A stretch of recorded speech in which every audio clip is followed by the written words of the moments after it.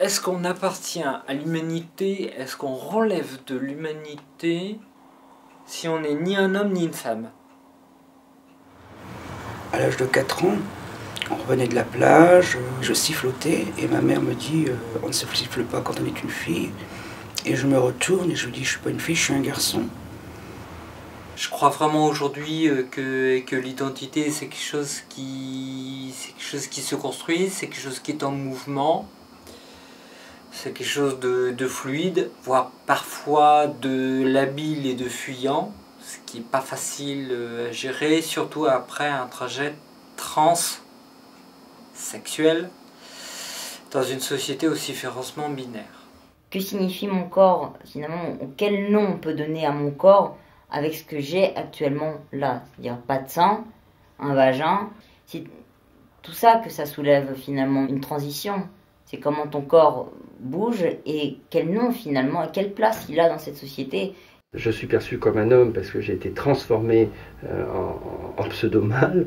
Et donc je me suis retrouvé avec un corps particulièrement masculin. Et en face de moi, les gens ne peuvent me percevoir que comme un homme. Quoi que je fasse, ils sont en face d'eux un corps d'homme. Jamais personne n'est tenu de justifier qu'il est un homme, qu'il est une femme. Et nous, on serait non seulement tenu de le justifier, pourquoi on fait cette demande-là, mais en plus on serait en passant obligé de justifier, de démontrer cet indémontrable.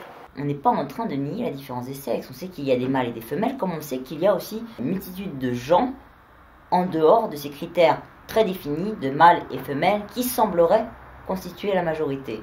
Mais ça fait 50 ans qu'ils n'ont rien réussi à guérir, qu'ils n'ont pas réussi à guérir le moindre trans. Ça fait 50 ans qu'ils n'ont pas apporté la moindre preuve de leur théorie. Par contre, ça fait 50 ans que des gens se font opérer et s'en trouvent mieux. C'est une marque au fer rouge, la psychiatrisation. Et ben nous, on est encore psychiatrisés. Et c'est cette marque au fer rouge qu'on veut virer politiquement. Et il n'y a pas 36 solutions. C'est pas en demandant poliment, vous ne feriez pas nous enlever de la nosographie psychiatrique qu'on va l'obtenir. C'est en tapant des poings sur la table, c'est en occupant les lieux. Personne ne nous écoutera si on ne montre pas à la société la violence qu'elle nous fait subir.